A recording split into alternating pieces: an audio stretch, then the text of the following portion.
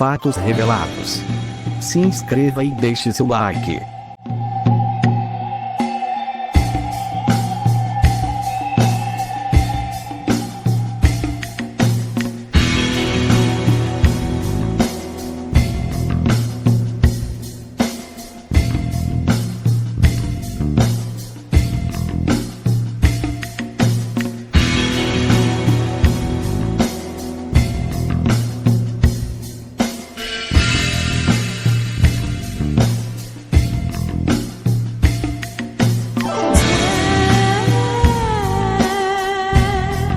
O campo de concentração de Auschwitz foi uma rede de campos de concentração localizados no sul da Polônia, operados pelo Terceiro Reich e colaboracionistas nas áreas polonesas anexadas pela Alemanha nazista, maior símbolo do Holocausto perpetrado pelo nazismo durante a Segunda Guerra Mundial. A partir de 1940, o governo de Adolf Hitler construiu vários campos de concentração e um campo de extermínio nesta área. A razão direta para sua construção foi o fato de que as prisões em massa de judeus, especialmente poloneses, por toda a Europa que ia sendo conquistada pelas tropas nazistas, excediam em grande número a capacidade das prisões convencionais até então existentes. Ele foi o maior dos campos de concentração nazistas, consistindo de Auschwitz e Stammlager, campo principal e centro administrativo do complexo. Auschwitz II Birkenau, campo de extermínio, Auschwitz III Monowitz, e mais 45 campos satélites. Por um longo tempo, Auschwitz era apenas um nome alemão dado a Olsztyn, na Baixa Polônia, a cidade em volta da qual os campos eram localizados. Ele tornou-se novamente oficial após a invasão da Polônia pela Alemanha em setembro de 1939. Birkenau, a tradução alemã para Brzezinka, floresta de bétulas, referia-se originalmente a uma pequena vila polonesa que foi destruída para que o campo pudesse ser construído. Em 27 de abril de 1940, Heinrich Himmler, o Reichsführer da SS, deu ordens para que a área dos antigos alojamentos da artilharia do exército, no local agora oficialmente nomeado Auschwitz, fosse transformado em campos de concentração. No complexo construído, Auschwitz II Birkenau foi designado por ele como campo de extermínio e o lugar para a solução final dos judeus. Entre o começo de 1942 e o fim de 1944, trens transportaram judeus de toda a Europa ocupada para as câmaras de gás do campo. O primeiro comandante, Rudolf Höss, testemunhou depois da guerra, no julgamento de Nuremberg, que mais de 3 milhões de pessoas haviam morrido ali, 2 milhões e 500 gaseificadas e 500 mil de fome em doenças.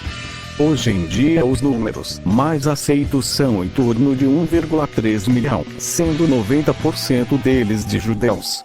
Outros deportados para Auschwitz e executados foram 150 mil poloneses, 23 mil romas, 15 mil prisioneiros de guerra soviéticos, cerca de 400 testemunhas de Jeová e dezenas de milhares de pessoas de diversas nacionalidades.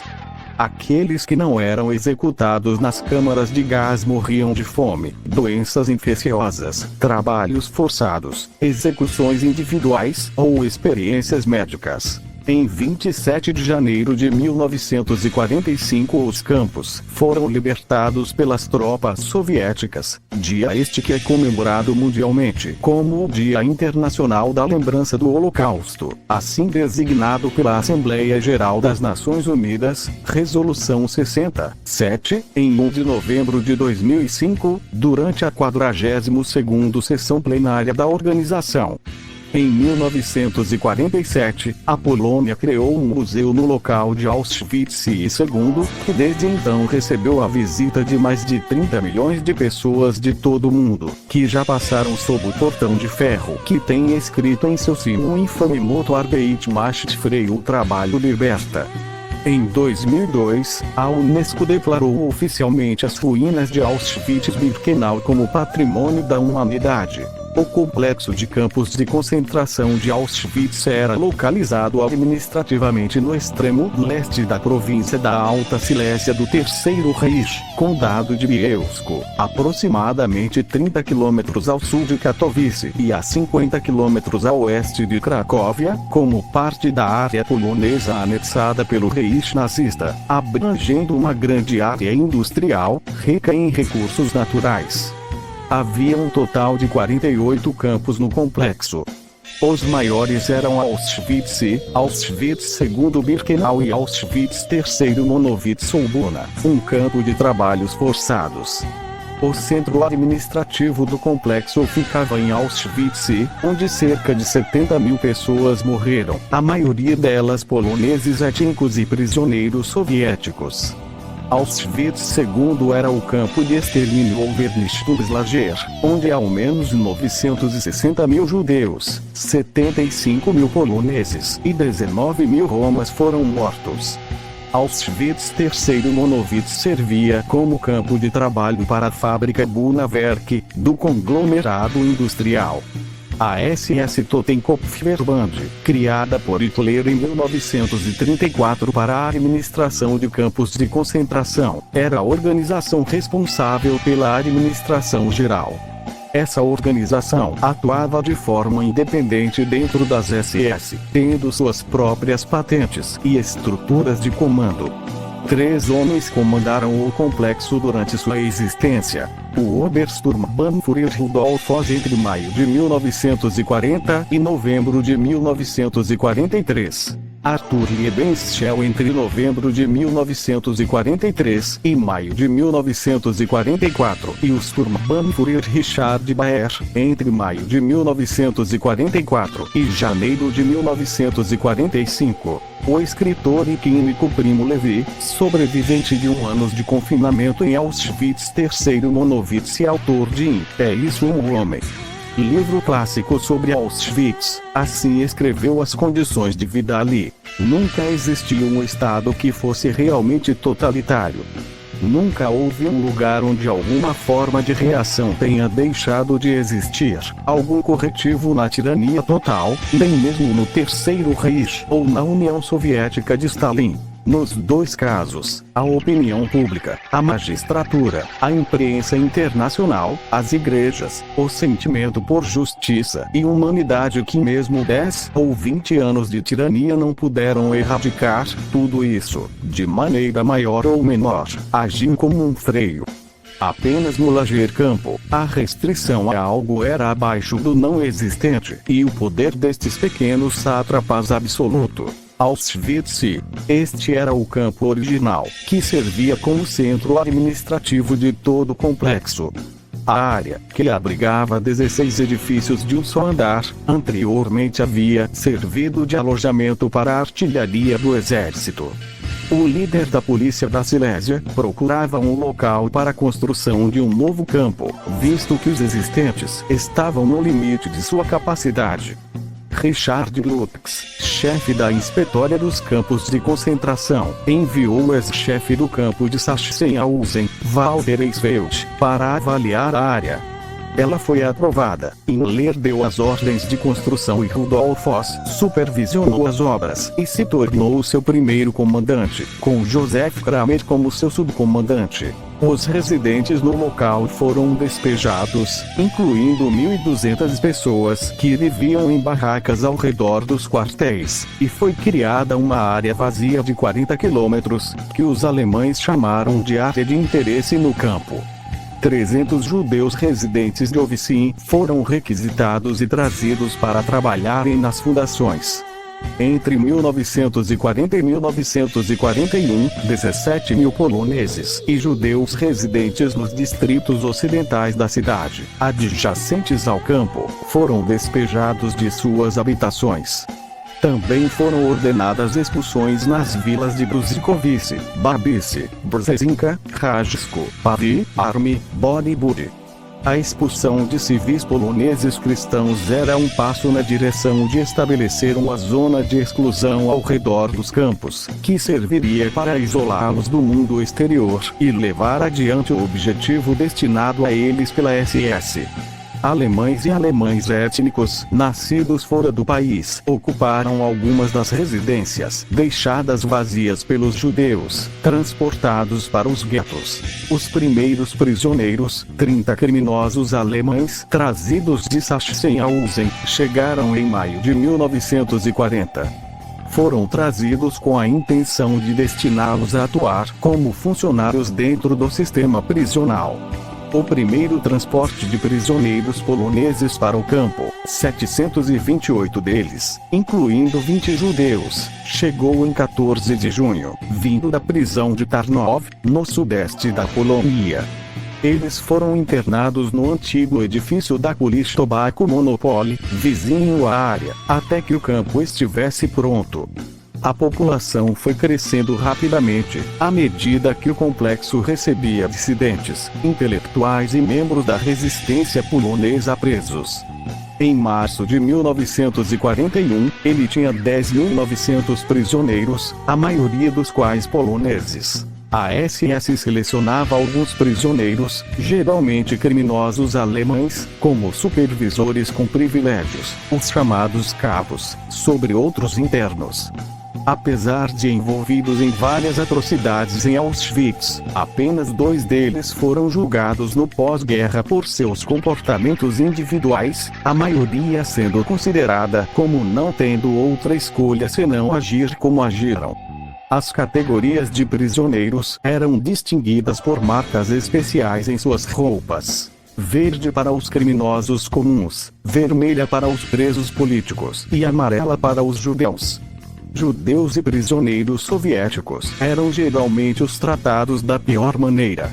Todos os prisioneiros tinham que trabalhar nas fábricas de armas associadas ao complexo, à exceção dos domingos, reservado para limpeza e banho. As duras condições do trabalho, combinadas com a pouca alimentação e falta de higiene, levaram a um crescimento considerável da taxa de mortalidade entre os presos. Dos primeiros 10.000 prisioneiros de guerra soviéticos internados, apenas algumas centenas deles sobreviveram aos 5 primeiros meses. Um corredor do Bloco 11. O Bloco 11 de Auschwitz era considerado a prisão dentro da prisão, onde aqueles que quebravam as regras, tentavam escapar, ou eram suspeitos de sabotagem eram punidos. Alguns prisioneiros eram obrigados a passar noites seguidas nas celas verticais, pequenas celas de 1,5 m, onde 4 deles eram colocados ao mesmo tempo, não tendo outra alternativa que passarem a noite toda em pé, saindo no dia seguinte novamente para os trabalhos forçados nas fábricas. No porão do bloco ficavam as celas da fome, onde os aprisionados ali ficavam sem receber comida ou água até que morressem. Lá também ficavam as celas escuras, que tinham apenas um pequeno espaço na parede para respirar e portas sólidas. Os prisioneiros colocados nestas celas permanentemente na escuridão iam gradualmente sufocando à medida que o oxigênio ia rareando dentro delas. Às vezes, os guardas da SS acendiam velas para fazer o oxigênio acabar mais depressa. Muitos dos ali aprisionados eram suspensos com as mãos amarradas para trás por horas ou mesmo dias, o que fazia com que, ao passar do tempo, suas clavículas fossem deslocadas. Em 3 de setembro de 1941, o subcomandante SS Hauptsturmführer Karl Friedrich fez uma primeira experiência bem-sucedida com 600 prisioneiros de guerra soviéticos e 150 poloneses, trancando-os dentro de um dos porões do Bloco 11 e gasificando-os com Zyklon B, um pesticida altamente letal à base de cianureto. Auschwitz II, Birkenau é o campo mais universalmente conhecido como Auschwitz, o campo de extermínio. Ali se aprisionaram milhões de judeus, e ali também foram executados mais de 1 milhão de judeus e romas. Maior que Auschwitz, mais pessoas passaram por seus portões que pelo campo original. Sua construção começou em outubro de 1941, para descongestionar o primeiro Foi construído para abrigar várias categorias de prisioneiros e funcionar como campo de extermínio nos moldes do imaginado por Himmler e pela cúpula nazista como a solução final para o problema judeu, o extermínio dos judeus como povo. A primeira câmara de gás construída era conhecida como a Pequena Casa Vermelha, uma pequena construção de tijolos convertida em instalação de gaseificação, colocando abaixo as paredes internas e construindo muros de tijolos no lugar. Ela tornou-se operacional a partir de março de 1942. Uma segunda construção, a Pequena Casa Branca, também foi convertida em câmara algumas semanas depois. Os nazistas haviam se comprometido com a solução final desde 20 de janeiro de 1942, após a Conferência de Wannsee. Em seu depoimento no julgamento de Nuremberg, em 15 de abril de 1946, o principal comandante de Auschwitz, Rudolf Höss, testemunhou que Heinrich Himmler havia-lhe pessoalmente ordenado que preparasse o campo para este propósito. No verão de 1941, eu fui convocado a Berlim pelo Reichsführer SS Himmler para receber ordens pessoais. Ele me disse algo, eu não lembro as palavras exatas, sobre o Führer ter dado a ordem para a solução final da questão judia. Nós, a SS, deveríamos levar adiante essa ordem. Se ela não fosse cumprida agora, os judeus iriam no futuro destruir o povo alemão. Ele havia escolhido Auschwitz por causa de seu fácil acesso por trem e também porque a grande área em que ele se encontrava oferecia espaço para medidas que assegurassem o isolamento. Sonderkommandos incinerando corpos em Auschwitz-Birkenau em agosto de 1944. Höss provavelmente enganou-se no ano em seu depoimento. Na verdade, deveria ser 1942. Himmler visitou Oz em 1941, mas não há evidências de que a solução final já tivesse sido planejada nesta época. Mesmo a Conferência de Wannsee ainda não tinha sido realizada. As primeiras execuções por gás, usando o Zyklon B, ocorreram em Auschwitz em setembro de 1941. No começo de 1943, os nazistas resolveram ampliar a capacidade de gaseificação em Birkenau. O crematório segundo, originalmente construído como câmara mortuária, com necrotérios no porão e fornos no mesmo nível do solo, foi convertido numa fábrica de assassinatos, colocando-se uma porta à prova de gás no necrotério e adicionando-se entradas para o Zyklon B e aparelhos de ventilação para removê-lo depois das mortes. Este sistema começou a funcionar em março. O crematório terceiro foi construído usando o mesmo método.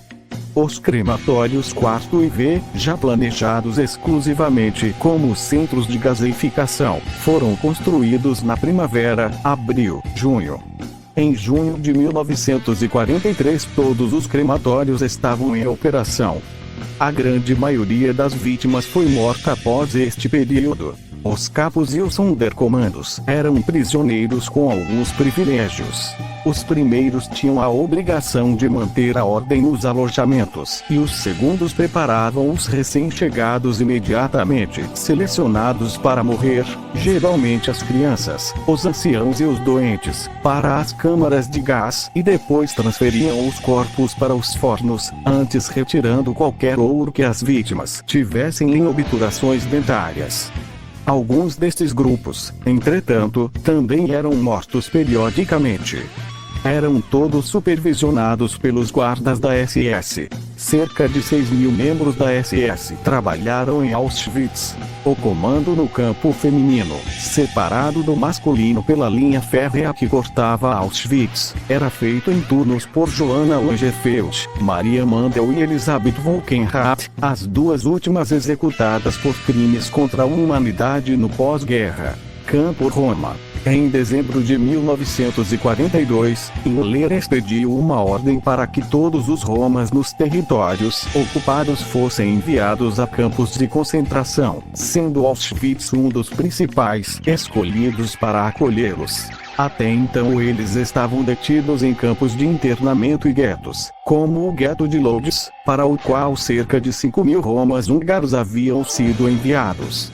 Um campo separado para eles foi estabelecido em Birkenau, conhecido como Campo Familiar dos Ciganos. A primeira leva de romas alemães Sinti chegou a Auschwitz em 26 de fevereiro de 1943 e instalados na seção DI de Auschwitz II.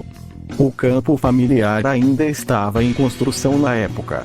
Ele viria a ter 32 dormitórios de 6 alojamentos sanitários, com uma ocupação máxima de 20.967 homens, mulheres e crianças. Quando da liquidação final do Campo Roma, os remanescentes 2.897 deles foram mandados para as câmaras de gás. O genocídio do povo em Roma, cometido pelos nazistas durante a Segunda Guerra Mundial, é conhecido na linguagem do povo em Roma como Porasmos o Devorador, o equivalente ao Holocausto Judeu. Auschwitz III, Monowitz.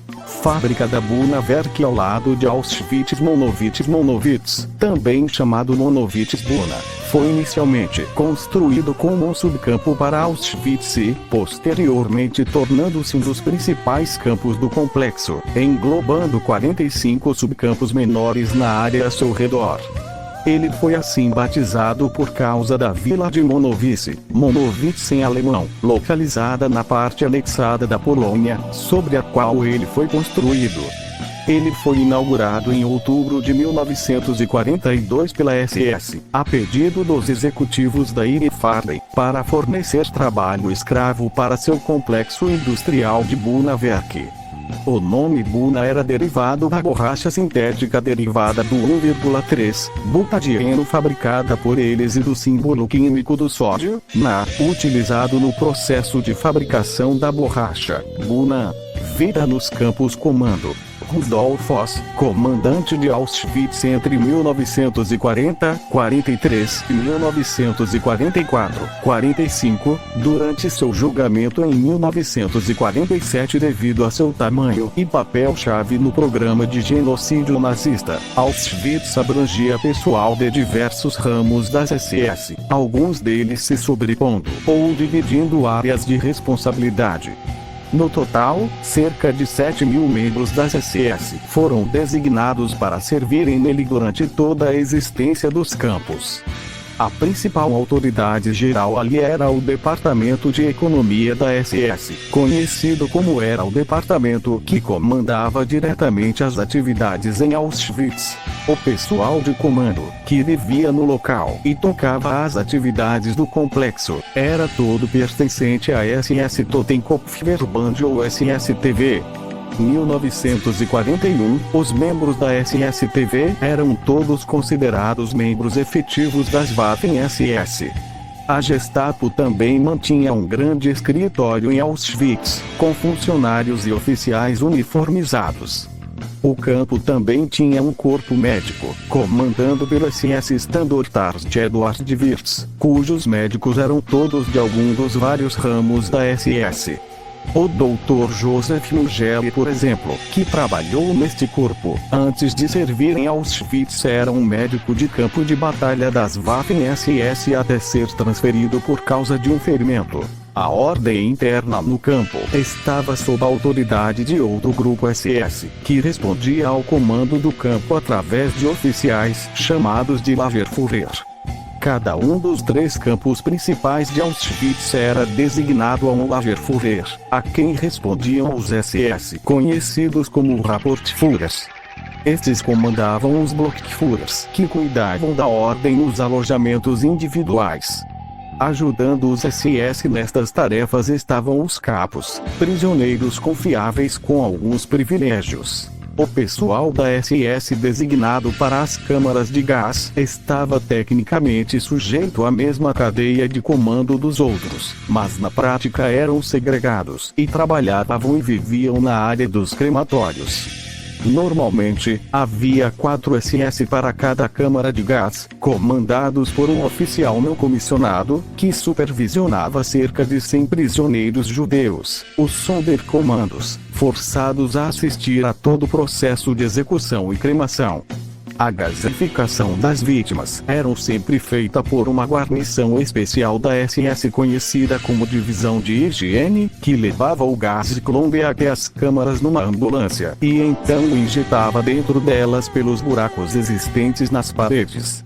A Divisão de Higiene ficava sob o comando do Corpo Médico de Auschwitz. A segurança externa do campo ficava a cargo do Batalhão de Guarda, Wachtbataillon, formado por 8 a 10 companhias. Esses guardas ocupavam as torres de observação ao redor do complexo e patrulhavam as cercas do perímetro dos campos. No caso de alguma emergência, como uma insurgência de prisioneiros, o batalhão podia ser enviado imediatamente para dentro de algum campo, assim que houvesse necessidade. Prisioneiros. Uniforme usado pelos prisioneiros de Auschwitz. Para a maioria dos prisioneiros, o dia começava com uma chamada geral antes do amanhecer, às 4h30, de acordo com algumas testemunhas, ou às 3, de acordo com o depoimento do Dr. Miklos Nisli, que entrou em Auschwitz em maio de 1944, com 30 minutos permitidos para as abluções matinais. O Dr. Nisli descreve a chamada como sendo feita durante 4 horas, começando às 3 com os guardas, armados com tacos de borracha, retirando os prisioneiros dos catres onde dormiam. Eles então eram obrigados a se alinhar do lado de fora dos barracões em filas de 5, e guardas e capos os ameaçavam com os punhos fechados, arrumando e desarrumando as filas sem motivos plausíveis, inventando razões para fazer com que todo um contingente de algum alojamento fosse obrigado a ficar de cócoras com as mãos em cima da cabeça, as pernas tremendo de frio e exaustão, por 1 hora. Mesmo durante o verão, as madrugadas em Auschwitz eram frias, e o uniforme de estopa fina dos prisioneiros era uma proteção insuficiente contra o frio e a chuva. Isto continuava até às 7, quando chegavam os oficiais da SS. Estes recontavam e reorganizavam as fileiras e anotavam o número total em seus cadernos de notas, e se houvesse algum morto dentro dos barracões, e geralmente havia entre 5 a 6 toda noite, às vezes até 10, eles tinham que estar presentes para a inspeção. E não apenas presentes em nome, mas fisicamente, de pé, nus, os cadáveres apoiados por 2 companheiros ainda vivos, até que o grupo estivesse completo. Para vivos e mortos, o número de prisioneiros existentes no dia anterior em cada barracão tinha que estar presente e ser o mesmo durante a chamada do dia posterior. Só depois disso os corpos eram transportados ao crematório. Os prisioneiros com alguma qualificação profissional, escolhidos para trabalharem como assistentes do Dr. Mengele, caso do Dr. Nisli, tinham uma rotina mais branda. A eles eram dadas roupas civis ao invés de uniformes listrados, dormiam na sala médica do 12º alojamento hospitalar, e tinham a chamada feita às 7, que durava apenas 2 ou 3 minutos. Os que estavam acamados também eram contados, assim como os mortos durante a madrugada, cujos corpos também eram alinhados nas filas com os vivos e ainda capazes. Estes prisioneiros tinham direito a um café da manhã em seus dormitórios, junto aos corpos enfermos. A dieta deste corpo médico subalterno era composta de pão do campo, com um miolo feito de castanhas e polvilhado com serragem, e os prisioneiros comuns tinham como alimentação básica um pão bolorento de castanha, 30 gramas de salsicha feita de carne de cavalo sarnento, uma margarina cujo componente básico era linito, uma porção de meio litro de sopa feita com água, úrticas e erva daninha, sem nada gorduroso, farinha ou sal, num total máximo de 700 calorias diárias.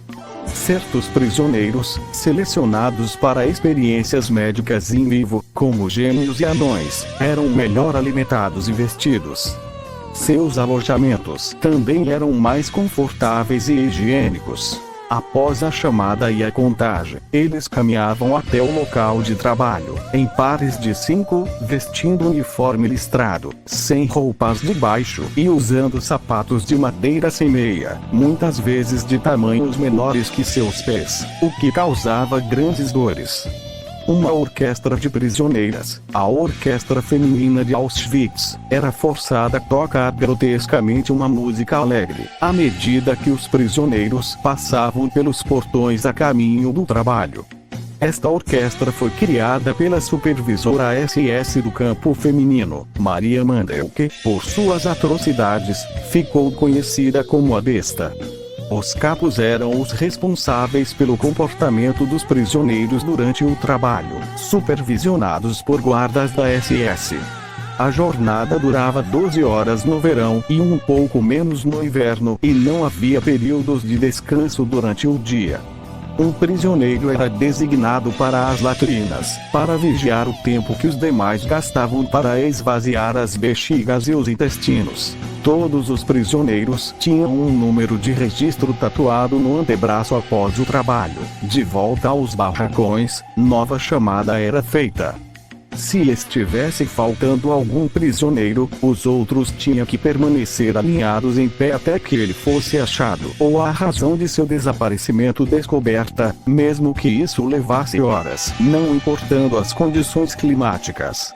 Após a chamada havia punições individuais ou coletivas, dependendo dos acontecimentos do dia, e após isso lhes era permitido retirarem-se para os alojamentos para receber a ração de água e alimento diária. O toque de recolher era dado 2 ou 3 horas depois. Os prisioneiros dormiam em longas filas de beliches de madeira, com suas roupas e muitas vezes de sapatos, para evitar que fossem roubados. De acordo com Leslie, 800 a 1000 pessoas lotavam os compartimentos sobrepostos de cada barracão. Sem poderem se esticar completamente, eles dormiam praticamente empilhados, com o pé de um homem na cabeça, peito ou pescoço do homem ao lado.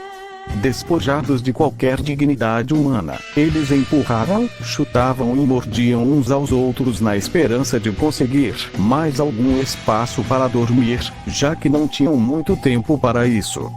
Prisioneiros notáveis. Os 4 sobreviventes de Auschwitz, que se tornaram famosos no pós-guerra. Anne Frank, adolescente autora de O Diário de Anne Frank, passou 2 meses em Auschwitz no fim de 1944 e morreu em 1945 de tifo em Bergen-Belsen. Edith Stein, católica de origem judia, morreu na câmara de gás e foi canonizada pelo Papa João Paulo II em 1998 como Santa Teresa Benedita da Cruz. Elie Wiesel sobreviveu a Auschwitz III Monowitz e escreveu sobre suas experiências. Prêmio Nobel da Paz de 1986. Henrique Tess, escritor húngaro, passou 3 dias em Auschwitz antes de ser transferido para o campo de Buchenwald, a que sobreviveu. Prêmio Nobel de Literatura de 2002. Maximilian Kolbe, padre católico e franciscano, morreu em 1941 como voluntário em lugar de outro prisioneiro que tinha mulher e filhos no campo. Foi canonizado pelo Papa João Paulo II em 1982 na presença de Franciszek Rajownikow, o homem cujo lugar tomou e que sobreviveu a Auschwitz. Nicholas Leslie, médico patologista romeno com alto grau de conhecimento em medicina legal, sobreviveu trabalhando como assistente médico e depois escreveu um livro sobre as experiências médicas criminosas de Joseph Mengele. Primo Levi, escritor e químico italiano, esteve preso durante 10 meses em Auschwitz, trabalhando na fábrica Bunawerk. Sobreviveu e escreveu o clássico sobre o Holocausto É Isso um Homem? Considerado um dos 100 livros do século XX pelo jornal francês Le Monde. Simone Veil, escritora, advogada e política francesa, ex-ministra da Saúde do governo Valéry Giscard d'Estaing, presidente do Parlamento Europeu e membro da Academia Francesa. Viktor Frankl, médico e psiquiatra austríaco, criador da logoterapia. Józef Sienkiewicz, comunista e integrante da resistência polonesa, sobreviveu a mais de 2 anos de internamento em Auschwitz. Foi primeiro-ministro da Polônia entre 1947, 1952 e 1954, 1970. Foi também presidente entre 1970 e 1972. Antoni Dobrowolski, o mais velho sobrevivente conhecido de Auschwitz, morreu em 21 de outubro de 2012 com 108 anos.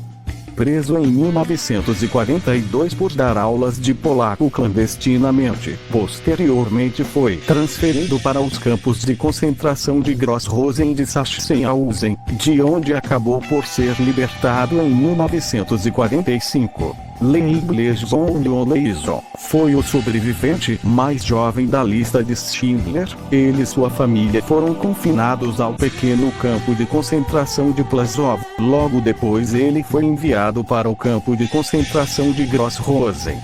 Após a guerra buscou seguir firme e continuou seus estudos, recebendo um doutorado honoris causa em Humanidades da Chapman University.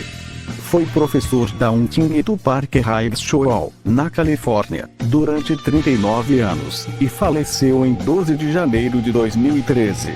Fatos revelados. Agradecemos a audiência. Se inscreva e deixe seus likes. Até a próxima.